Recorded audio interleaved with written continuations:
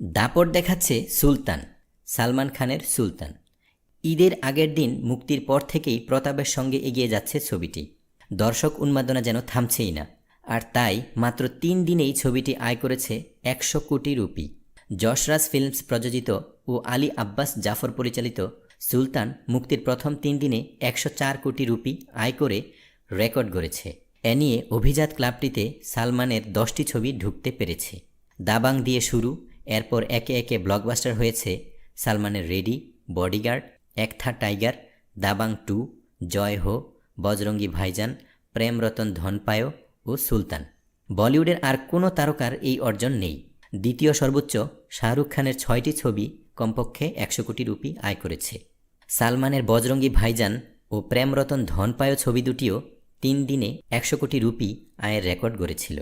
এছাড়া আমির খানের ধুম ৩ ও শাহরুখ খানের হ্যাপি নিউ ইয়ার এই রেকর্ডের ভাগিদার। গত ৬ জুলাই ভারতের ৪,০০০ ও অন্যান্য দেশের ১,১০০ প্রেক্ষাগৃহে মুক্তি পায় ৯০ কোটি রুপি বাজেটে নির্মিত সুলতান। আর মুক্তির পর থেকেই বোঝা যাচ্ছে সালমানই এখন এগিয়ে। বিনোদন জগতের নিত্য নতুন খবরাখবর পেতে বিডি হিটস চ্যানেলটিতে সাবস্ক্রাইব করার জন্য আপনাকে আন্তরিক ধন্যবাদ।